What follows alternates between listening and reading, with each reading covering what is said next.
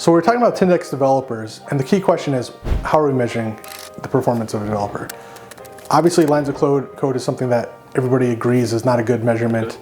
In general, looking at the output of a developer, if we look at story points, if we look at lines changed, maybe number of commits merged, that is always going to be productivity that's focused on output, right? And so we analyze the productivity of our teams, the productivity of engineering in general. What we really want to look at is, what is the outcome? What are the results we're trying to achieve? We're building software products. We're trying to build a product that's going to deliver value to our customers and to ourselves.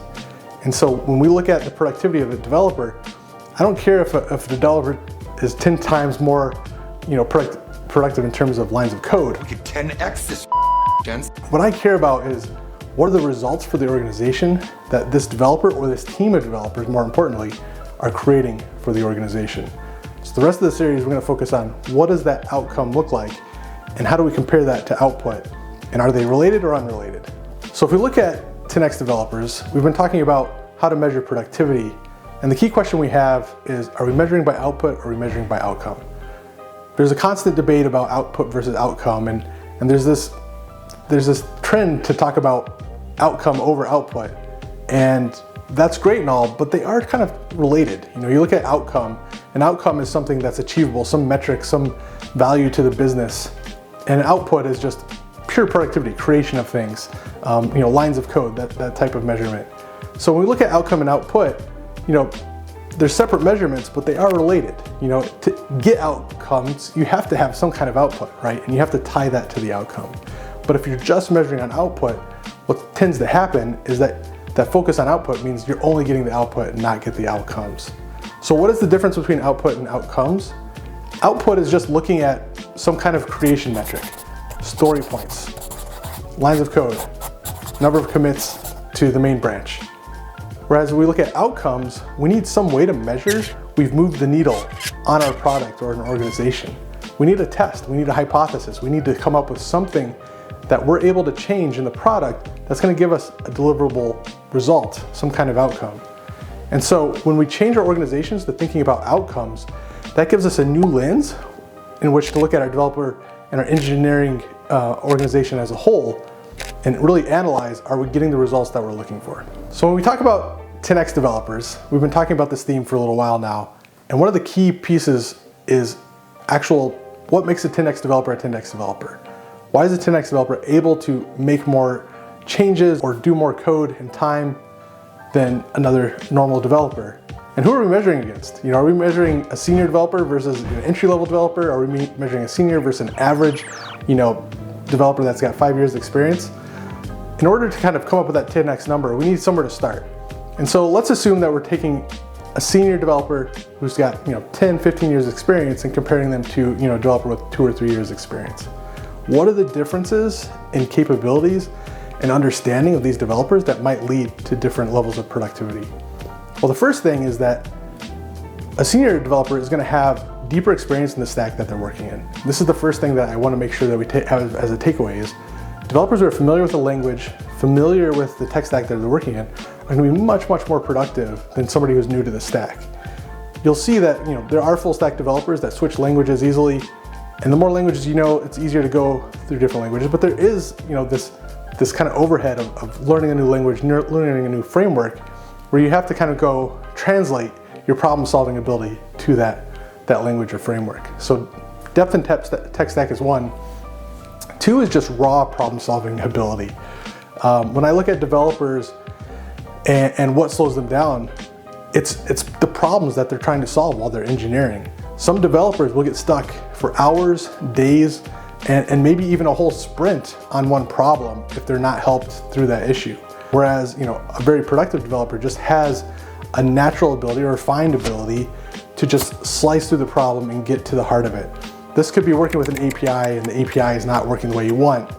And a more seasoned developer might actually just dive in and try different things, right? They're just iterating on things. What does this field do? Is there other parameters? Are there docs?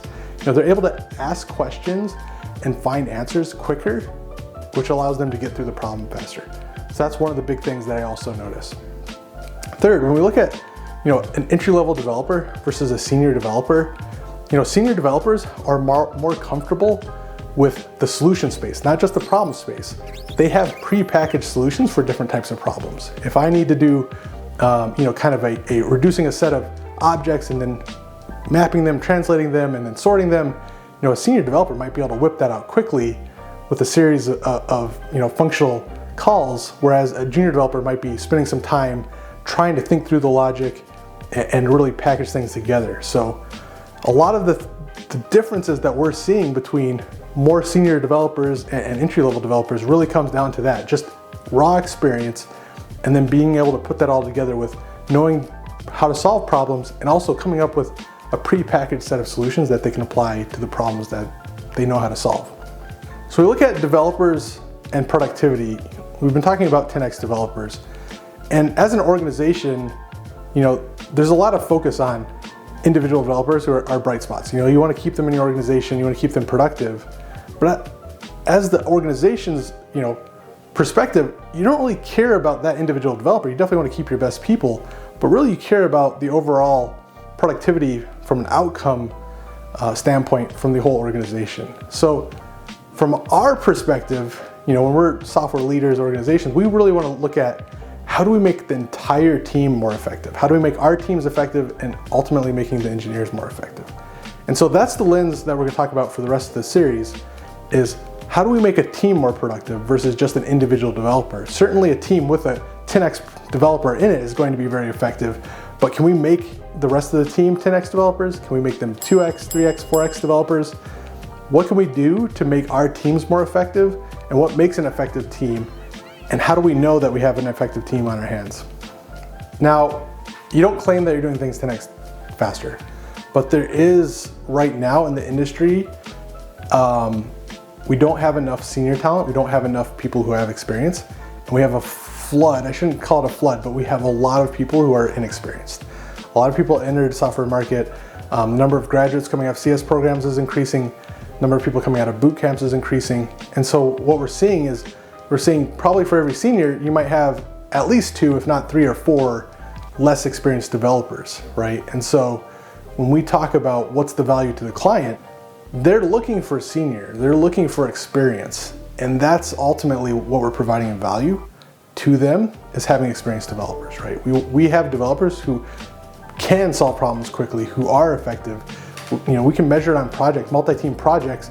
The teams we put together are much more productive in general than other teams, maybe at the client or through other contractors. And that's because we have, one, the teams that have those 10x developers or have those senior developers, but they're also extremely effective at making those around them very productive as well. So you could have a 10x developer that by themselves, they're amazing, sitting in a chair, they just code. But then what about the rest of the team? Are they slowed down by a 10x developer? Does that make the people around them less productive because all they're doing is reviewing PRs from this 10x developer? Or are they making the people around them more effective? And so now you might have a 10x developer who's an 8x developer, but now you've got other developers who are at 1.5, 2x what they would normally be doing, or what a normal developer would be doing.